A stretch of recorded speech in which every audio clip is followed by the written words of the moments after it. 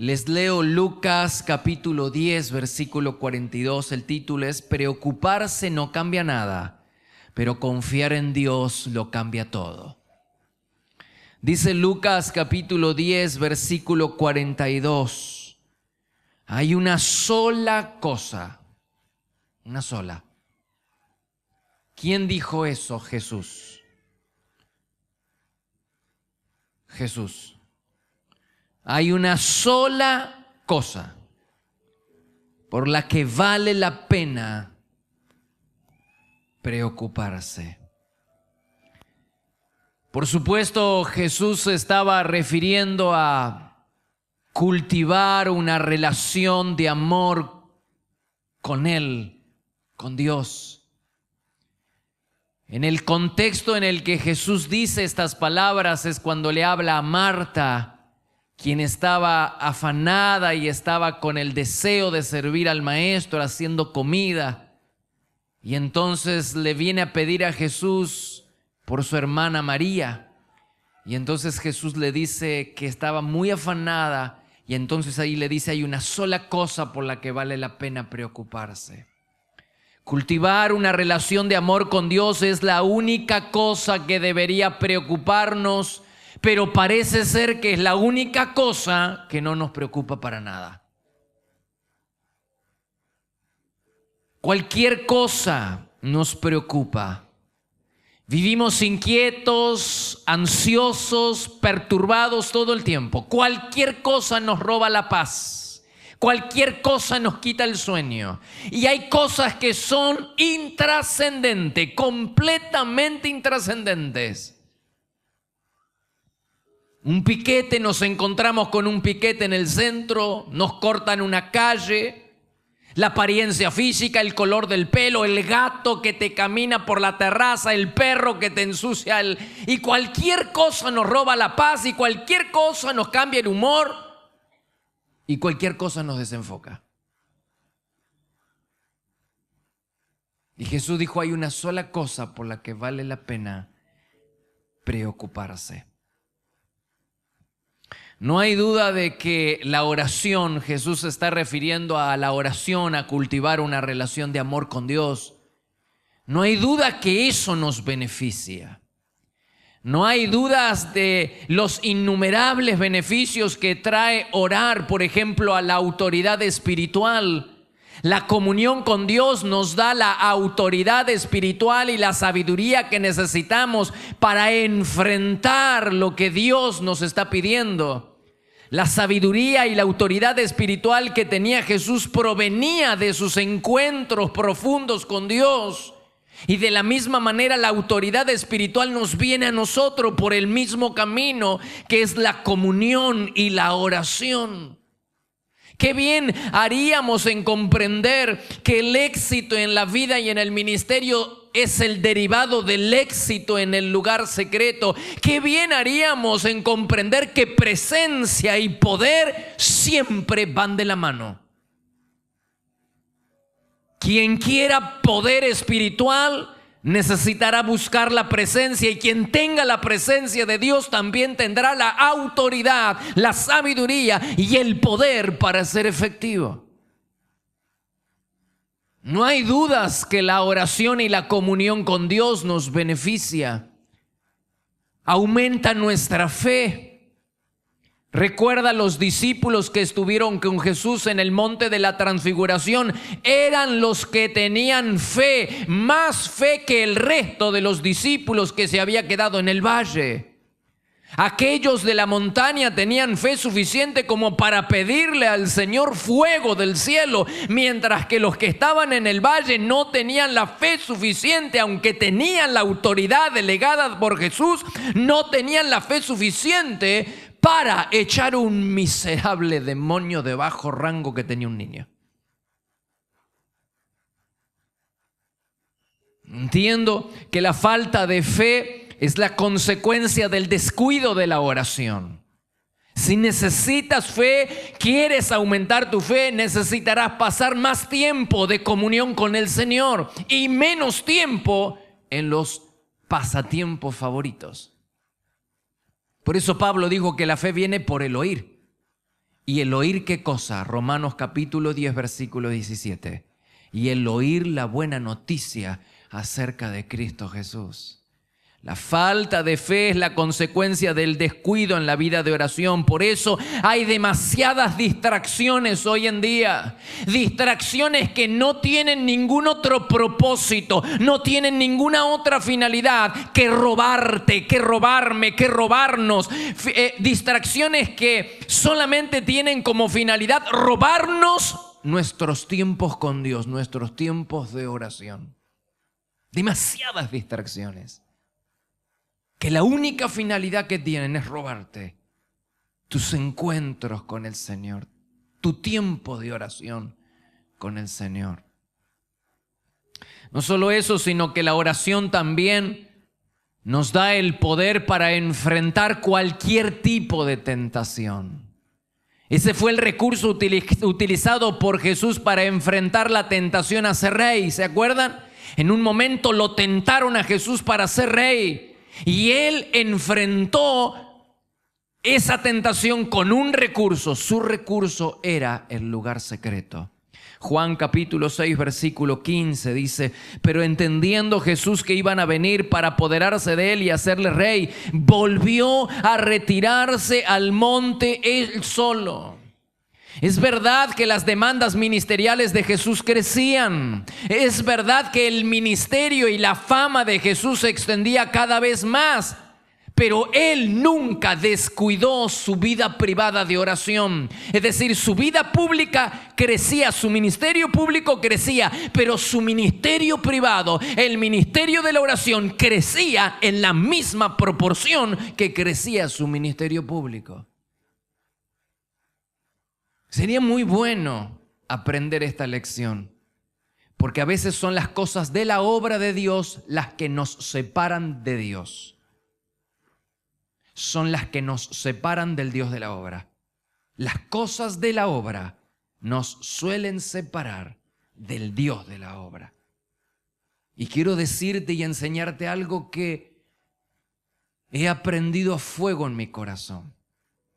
Que no hay ningún éxito en la vida, ni un éxito ministerial, ni un éxito profesional, ni el éxito en el área laboral. No hay éxito en esta vida que pueda compensar tus tiempos de oración y de comunión con Dios. No hay nada.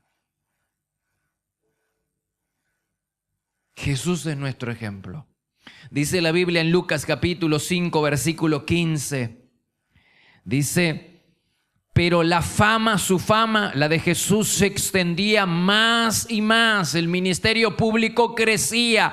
Las demandas ministeriales eran cada vez más grandes. Mas él, versículo siguiente, te habla acerca del ministerio público que crecía. Mas él, ministerio privado, se apartaba a lugares desiertos y oraba. El ministerio, en vez de alejarlo de Dios, lo acercaba. Wow, si pudiéramos entender esta lección. No hay éxito ministerial, no hay éxito profesional, no hay éxito laboral que pueda compensar, que jamás compensará la falta de comunión con Dios. Nada lo puede compensar, absolutamente nada. Aunque su ministerio crecía, también su vida de oración crecía. Como se dará cuenta, los beneficios de la comunión y de la oración son innumerables. Pero quiero que dejemos los beneficios de la oración por un instante, porque a fin de animar a las personas a desarrollar una vida espiritual, los predicadores y pastores solemos caer en la tentación de destacar solamente los beneficios personales de la oración. Por supuesto que no podemos ignorarlos. Pero el centro de la relación entre Dios y nosotros no somos nosotros, sino que es Dios. Pero si somos sinceros y escuchamos cuidadosamente nuestras oraciones, nos vamos a dar cuenta que el centro de nuestras oraciones y de nuestra relación con Dios seguimos siendo nosotros. son nuestras necesidades y son nuestras peticiones. ¿Y Dios qué se lleva a cambio? Porque si yo les hablo acerca de que tenemos que orar y destaco los beneficios de la oración, sigo poniendo el énfasis y la atención en nosotros. Lo hacemos porque nos beneficia. Yo les digo a ustedes, tenemos que orar, vayamos a orar porque nos beneficia. Sí, está bien, claro que nos beneficia. Pero ¿y Dios qué se lleva a cambio?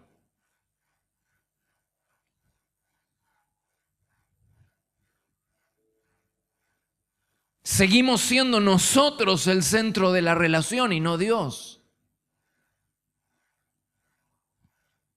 Nos acordamos de Dios generalmente cuando tenemos alguna necesidad, pero lo buscamos con la misma energía, la misma intensidad cuando la vida nos sonríe.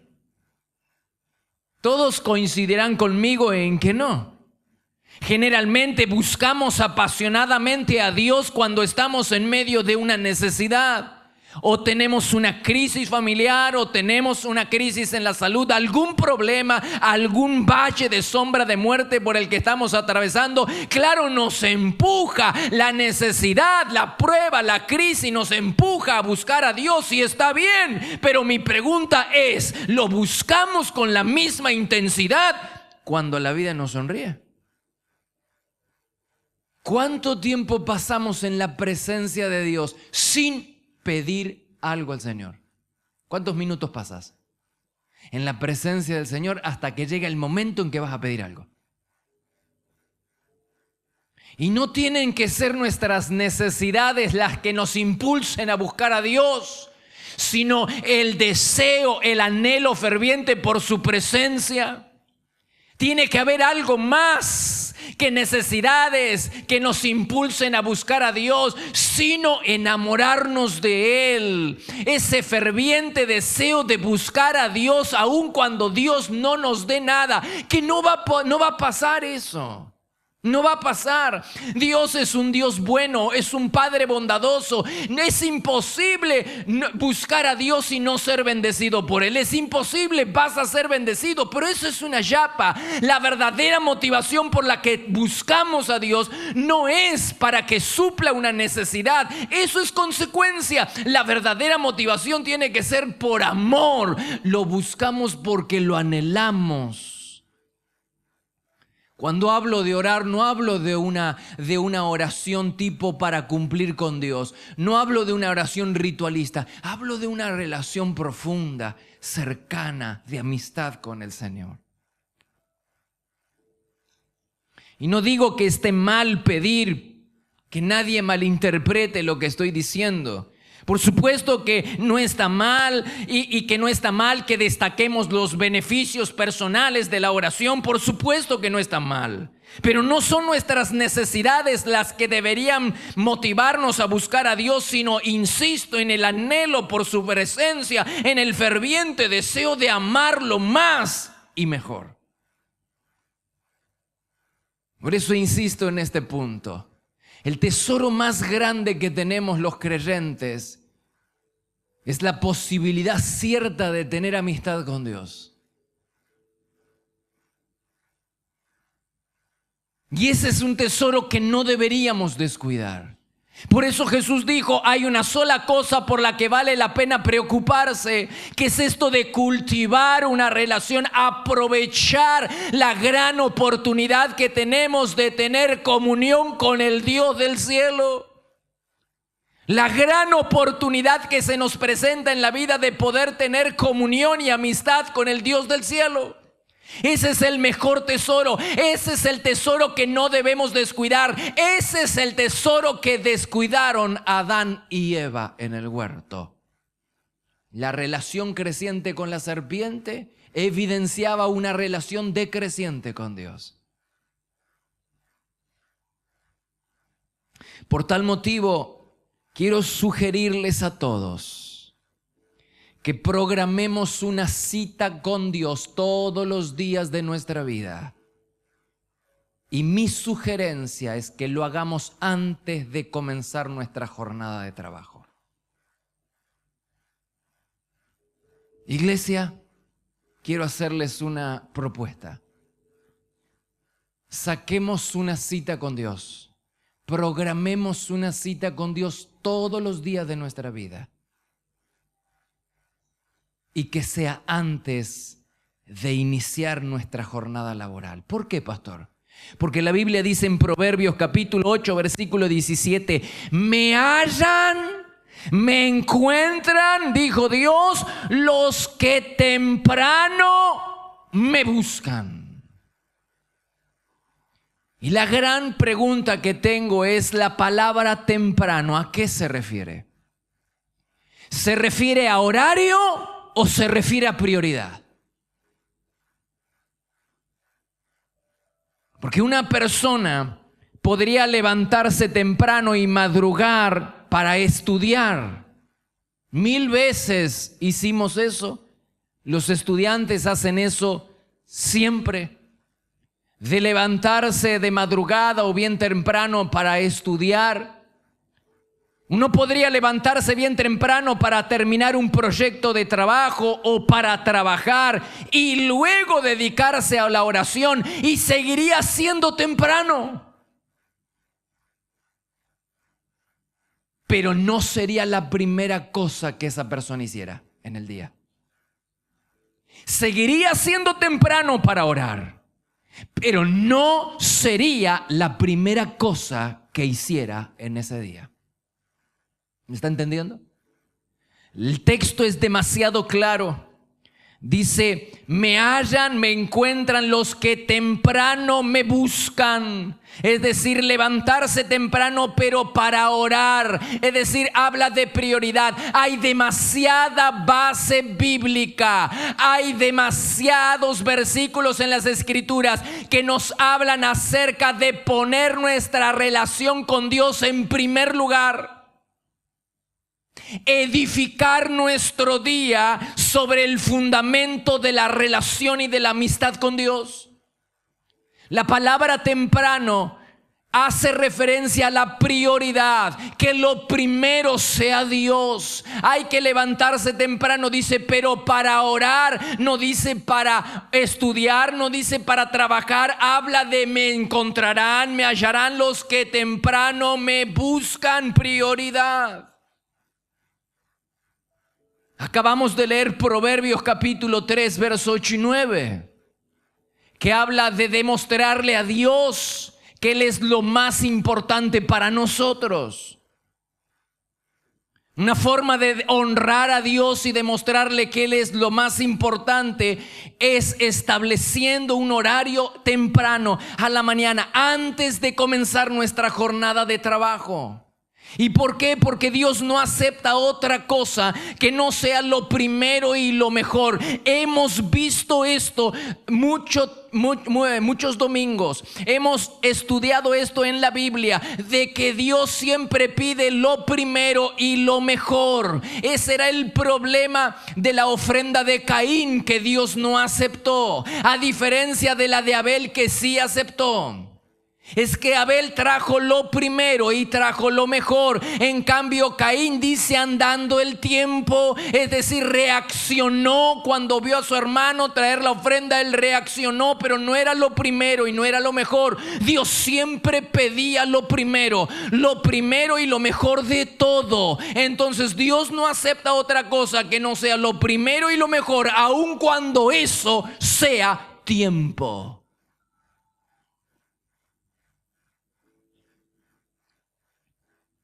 Dice, dale al Señor de lo primero que tienes. Tenemos tiempo. Tiempo. Hay que darle el primer tiempo al Señor. Dios no acepta otra cosa que no sea lo primero y lo mejor, aun cuando esto sea tiempo. Y yo soy consciente que hay personas que no se conectan con Dios temprano en la mañana y que eligen otra hora del día para orar. No estoy sugiriendo que lo dejen de hacer. Debo aclararlo por el amor de Dios. Todas aquellas personas que encuentran un horario en el día para orar y se sienten cómodos con ese horario del día, hágalo, hermano, hágalo. Lo que yo estoy sugiriendo es que además agreguemos un tiempo extra. Ese tiempo es el primer momento del día, cuando le damos a Dios lo mejor de nuestra energía, lo mejor de nuestra atención y lo mejor de nuestras fuerzas. Las veces que me levanté temprano para orar, para estudiar, y no tenía la luz que yo tengo hoy, y confieso mi pecado. Hice mucho esfuerzo por levantarme muy temprano en la madrugada para estudiar. Inclusive hice mucho esfuerzo y muchas veces me levanté temprano para ir a trabajar, aunque yo comenzaba mi jornada de trabajo a las 6 de la mañana. Muchas veces la fábrica donde yo trabajaba nos pedía a muchos que pudiéramos ir a las 2 de la mañana, a las 3 de la mañana. Hay necesidades en una fábrica grande, surgen necesidades, se necesita mano de obra y te llaman para que vayas. Pero eso reditúa económicamente mucho. El hecho de que estés a disposición de la fábrica a las 2 de la mañana implicaba un día más. Es decir, por el solo hecho de que yo dijera, sí, voy a las 2 de la mañana, ya me pagaban un día más. Más las horas que trabajaba, que me las pagaban doble. ¡Wow! En un sueldito muy escaso que yo cobraba, eso era una fortuna. Las veces que acepté ir muy de madrugada y muy temprano a trabajar, pero no tenía la luz que tengo hoy. Hágalo. Levántese para estudiar, para trabajar, todo lo que usted quiera. Pero primero ponga su relación con Dios en primer lugar. Demostrémosle a Dios que Él es lo más importante. Que vamos en serio. Hay que demostrarle a Dios que vamos en serio con esto de ir profundo y de buscarlo y de agradarlo. Que vamos en serio, que queremos enamorarnos de Él porque lo queremos a Él por encima de lo que Él pueda darnos. Nos interesa Él, nos interesa Dios. Es Él quien nos interesa más de lo que Él pueda darnos.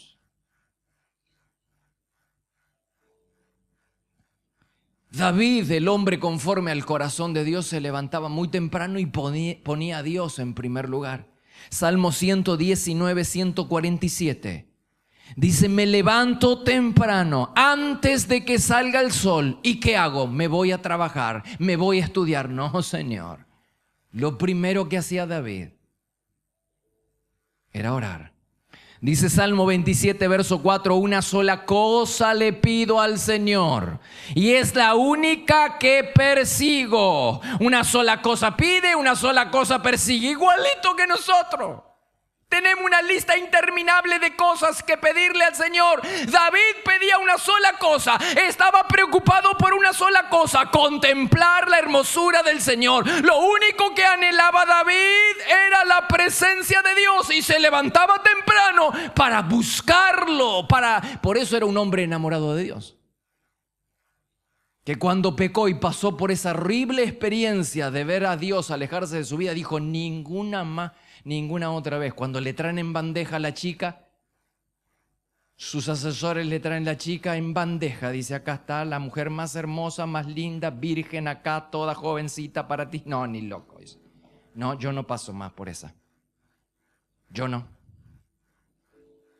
Era un hombre enamorado de la presencia de Dios. Que cuando le faltó la presencia de Dios y pasó por esa horrible experiencia, David dijo, ya aprendí la lección. Yo no. Otra vez no. Me he detenido en este tiempo, en esta semana, me he detenido a estudiar los personajes bíblicos, los titanes de la fe. Y sabe que he descubierto que ellos elegían cuidadosamente el momento del día para orar. Y creo que no es casualidad. Usted tiene un Abraham que se levantaba de madrugada para orar. Tiene a un Job que dice que se levantaba cada mañana para ofrecer un sacrificio por cada uno de sus hijos por si hubieran pecado. Y no solo lo hacía por su familia, sino que lo hacía para adorar y encontrarse con el Señor. Usted tiene un David, usted tiene a muchos, Moisés que levantaba la carpa del encuentro todas las mañanas. Estos titanes de la fe elegían cuidadosamente el momento del día en que se iban a encontrar con Dios. Y ese momento era el primer tiempo de la mañana. Pero dejemos de lado a David, dejemos de lado a Abraham, dejemos de lado a Job. Y vayamos a nuestro máximo ejemplo, Jesús.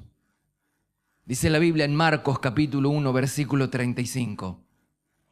De madrugada, cuando todavía estaba muy oscuro, Jesús se levantó, salió y se fue a un lugar solitario. Y allí se puso a orar. ¿Saben una cosa? Si usted lee el versículo anterior, que por razones de tiempo no lo hacemos, aunque lo vamos a estudiar esta semana en la célula y en los ministerios, va a ver que el día anterior se acostó muy tarde porque estaba contestando los WhatsApp que tenía. ¿Cómo me sale eso, no?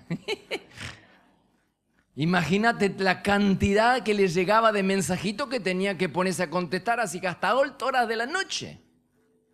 No, el versículo anterior dice que se acostó tarde porque había estado ministrando. Las personas le traían los enfermos, les traían los endemoniados y él hasta muy tarde los ministraba. Sin embargo, a la mañana siguiente Jesús estaba antes de que el sol saliera. ¿Y se fue a dónde? ¿A prepararse el desayuno? De ninguna manera. Dice, me encuentran y me hallan los que temprano me buscan. No los que temprano van a trabajar o van a estudiar, sino los que temprano primero me buscan, primero a mí.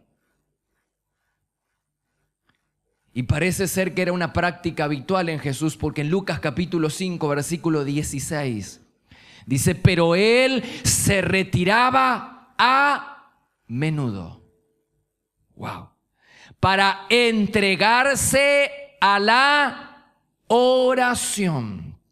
Y en el original es todo en plural. No se trataba de un solo retiro, ni de un solo desierto, ni de una sola oración. Todo era plural. Los retiros se repetían, los desiertos eran más que uno y las oraciones eran habituales. Y debido a las demandas ministeriales hay un texto en las Escrituras que dice que Jesús muchas veces no encontraba espacio o tiempo para comer, pero el hombre encontraba tiempo para orar.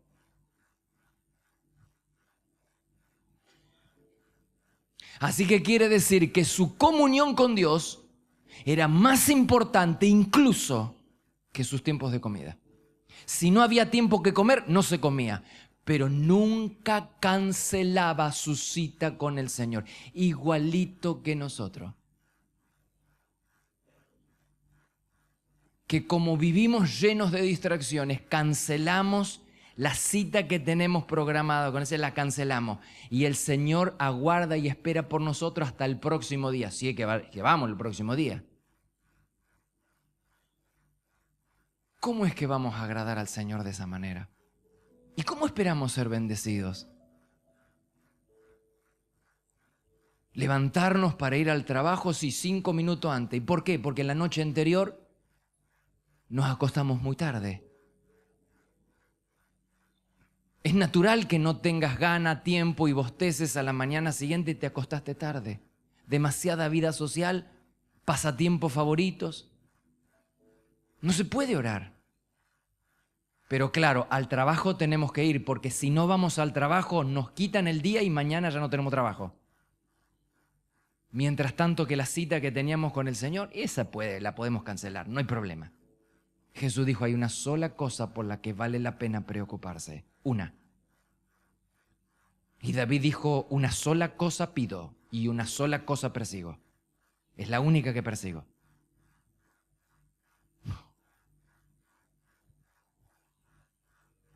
Quiero hacerles una pregunta. Este hombre que a veces no tenía tiempo para comer, pero sí tenía tiempo para orar.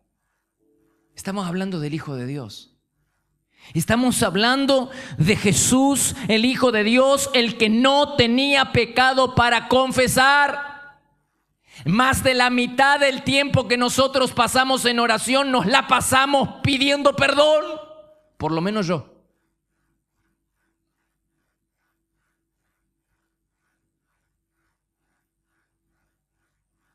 Por lo menos yo. Me paso la mitad de mi tiempo con Dios pidiéndole perdón por tantos pecados. Y pidiéndole al Espíritu Santo que me examine a fondo. Por si algo se me pegó y que ahora detiene la comunión y el fluir con Dios. Si hay algo que se me pegó la noche anterior, el día anterior, o quizás esté pegado desde hace años, y así como nosotros hacemos limpieza en la casa y a veces hacemos limpieza profunda y esa limpieza profunda te lleva días, lo mismo pasa cuando tú dispones tu vida espiritual para que el Espíritu Santo la examine y haya una limpieza profunda en nuestro espíritu. A veces lleva mucho tiempo limpiar a fondo nuestra vida espiritual. No es así de un momento para otro. Estoy hablando acerca de Jesús que no tenía pecado que confesar, ni falta para lamentar, ni incredulidad para dominar, ni falta de amor para superar. Entonces mi pregunta es, ¿por qué Jesús insistía en pasar tanto tiempo con el Padre si lo tenía todo? Y un día frente a la tumba de Lázaro dijo: Señor, te doy gracias porque siempre me escuchas. Es decir, el Padre le contestaba siempre todas las oraciones. Entonces, ¿para qué? ¿Cuál era el motivo por el que Jesús, aunque no tiene tiempo para comer, pero sí tiene, no va a canjear? Por nada del mundo va a canjear su tiempo con el Padre. Pero mi pregunta es, ¿no tiene pecados que confesar? ¿No hay nada que arreglar? Dios le contesta siempre las oraciones que hace. Entonces, ¿qué necesidad tenía Jesús? Se acostó tarde la noche anterior y no había estado mirando Face. Simplemente había estado ministrando. No, a la mañana siguiente él se levanta temprano y antes de hacer su desayuno o antes de iniciar su jornada ministerial va a encontrarse con el Padre. Mi pregunta es ¿por qué? Jesús hace eso porque evidentemente no tiene una meta personal, una necesidad personal que suplir. Es decir, no quiere algo del Padre, quiere al Padre. Quiere la comunión con el Padre. Ama esa relación. Evidentemente no está esperando nada del Padre, espera al Padre. Y esa es la verdadera motivación por la que tendríamos que anhelar estar con Dios. Que no son nuestras necesidades ni nuestras peticiones. Y si Dios no nos diera nada y si fuéramos y Dios no, ¿qué no va a pasar? No puede pasar eso jamás. Pero aún así nosotros estaríamos con Dios por el solo hecho de pasar tiempo con Él, para aprender a conocerlo, para aprender a agradarlo, para saber, para escuchar su voz. Espíritu Santo, ¿qué es lo que te gusta? ¿Qué es lo que te agrada? ¿Cómo yo te puedo servir? ¿Cómo yo te puedo agradar? Mis oraciones, ¿cómo las tengo que hacer? ¿Qué palabras debo usar? ¿Cuál es el protocolo para entrar a tu presencia? ¿Cuál es el protocolo para quedarse en tu presencia? Quiero saberlo, Señor, quiero saberlo.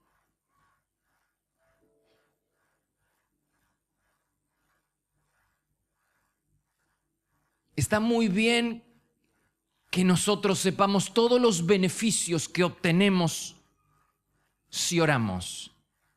Pero yo hoy quiero decirles, aunque no tengamos ningún beneficio, ¿oraríamos?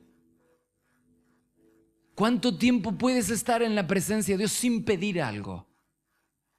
¿Puedes un día completo, un tiempo completo de oración, sin pedir nada y solamente dar gracias y solamente escuchar su voz y solamente adorarlo y contemplar su hermosura? Hay una sola cosa por la que vale la pena preocuparse, hermanos. Vivimos preocupados todo el tiempo y por cosas que son sonceras, por cosas que son tonterías, que no tienen trascendencia. Cualquier cosa nos roba el sueño, pero yo no he visto a nadie perder el sueño por tratar de agradar a Dios o conocerlo mejor. No he visto a nadie. Ninguno de nosotros, incluido, ninguno de nosotros perdemos el sueño. Ninguno de nosotros perdemos el sueño por tratar de conocer más a Dios. Pero sí perdemos el sueño por cualquier soncera. Pero no he visto a nadie todavía perder el sueño en su intento por agradar y conocer más al Señor. Pero Jesús dijo, de esto hay que preocuparse. Hay una sola cosa por la que vale la pena preocuparse, dijo Jesús. Por eso David decía, hay una sola cosa que pido y es la única que persigo. Una vez un joven visitó el hogar de un anciano cristiano que nunca había perdido el primer amor a lo largo de toda su vida. Ese joven estaba muy intrigado y fue directamente al joven anciano para preguntarle, hacerle una sola pregunta. Dice, el hombre estaba sentado debajo del pórtico contemplando un hermoso atardecer y se acercó el joven y le dijo, ¿puedo hacerle una pregunta? ¿Cómo es posible que la gran cantidad o la mayoría de los creyentes busquen a Dios un tiempo después de su conversión, buscan a Dios apasionadamente, pero después de esa búsqueda se diluye y terminan siendo complacientes, ritualistas, religiosos y en nada se comparan a sus amigos vecinos que no son creyentes? ¿Por qué? ¿Cuál es la razón por la que la mayoría de los creyentes buscan intensamente a Dios, pero por un periodo de tiempo? Y después eso se diluye y terminan siendo complacientes con el pecado, con la vida espiritual. Se vuelven religiosos, ritualistas. ¿Cuál es el motivo? Todo el mundo dice que usted nunca ha perdido el primer amor. Todo el mundo dice que usted tiene algo que lo hace diferente al resto de los creyentes. ¿Qué es? Así que el anciano sonrió y le dijo, te voy a contar una historia para contestar tu pregunta. Tiempo atrás yo estaba en este mismo lugar contemplando un atardecer como el de hoy, pero estaba mi perro conmigo. Y de repente cruza un conejo blanco, hermoso, gran conejo blanco, así de repente cruza enfrente de nosotros y mi perro lo vio y pegó un salto y se fue tras él. Empezó a perseguirlo y empezó a ladrar. De modo que sus ladridos atrayeron a otros perros. Y ya no era el mío, sino que había 5, 10, toda una jauría de perros siguiendo al conejo blanco. ¡Qué espectáculo era eso! Verlos correr por las espesuras, terraplenes, colinas. ¡Wow! Eso sí que era lindo. Pero de repente algo pasó. Uno a uno, todos los perros fueron abandonando la persecución hasta que finalmente solo mi perro siguió persiguiendo al conejo. En esta historia, le dijo el anciano al joven, en esta historia está la respuesta a tu pregunta. El joven entró a rascarse porque no podía entender la relación que había entre perseguir un perro persiguiendo un conejo blanco y buscar a Dios. No entendía. Así que de repente el muchacho le dice, mire, yo no alcanzo a comprender la relación entre perseguir a un conejo y buscar a Dios. ¿Cuál es? No alcanzo a comprender, le dice el joven. Y el anciano le dijo, no comprendes porque no hiciste la pregunta correcta. La pregunta correcta es ¿por qué los demás perros dejaron de perseguir al conejo? Y la respuesta es porque ellos nunca lo vieron. El único que había visto al conejo era mi perro.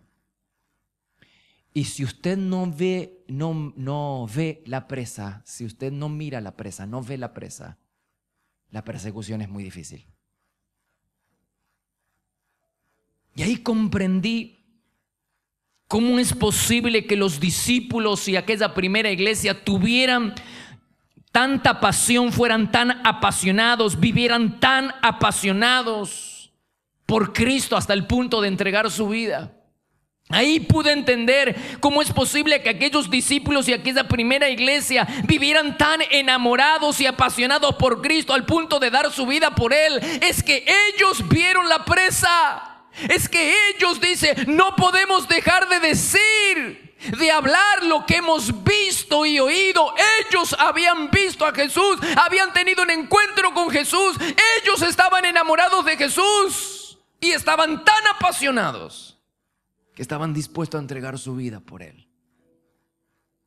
Si tú no ves la presa, la persecución es muy difícil.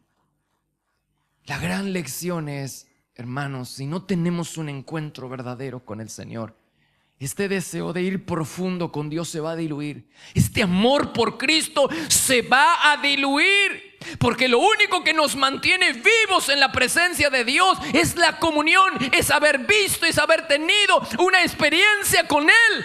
Y luego cultivar esa relación todos los días de nuestra vida. Iglesia, programemos una cita con Dios y no la cancele por nada del mundo. De la misma manera que no cancela su cita que tiene con el trabajo todos los días, no me cancele su cita que tenga con el Señor.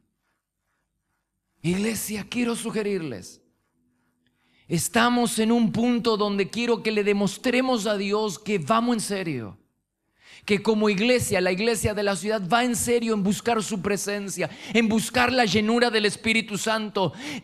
Vemos a Dios, pero no es todo. Estoy seguro que hay algo más fuerte, más grande que estamos esperando de parte de Dios. Isaías decía, ojalá los cielos se abriesen y tú descendieras. Y es lo que estamos buscando. Queremos demostrarle a Dios que Dios es lo más importante. Queremos demostrarle que este camino de ir profundo va en serio, que la iglesia de la ciudad va en serio y que queremos enamorarnos de Dios. Aun cuando Dios no nos dé algo, nos queremos enamorar de Él.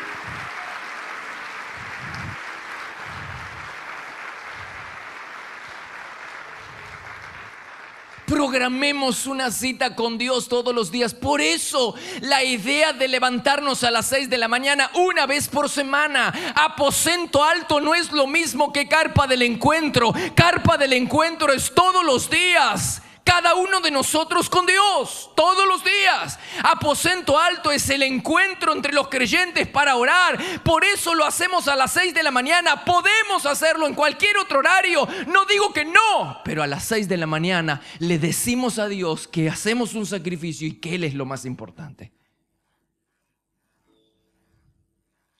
¿Por qué cuesta levantarse temprano para venir a orar? Claro que cuesta. Pero eso es lo que ve Dios. No es simplemente la comodidad. Nos levantamos temprano y venimos, lo primero que venimos a hacer es orar. Después iniciamos nuestra jornada de trabajo.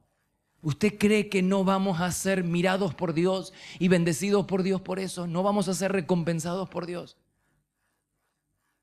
Programemos una cita con Dios todos los días. Ore todas las veces que quiera y en los horarios que usted quiera hacerlo. Pero incluya un tiempo extra. Y no comience su día sin haber estado con el Señor. Póngase de pie, por favor, que vamos a participar de la cena. Cierre sus ojos, por favor.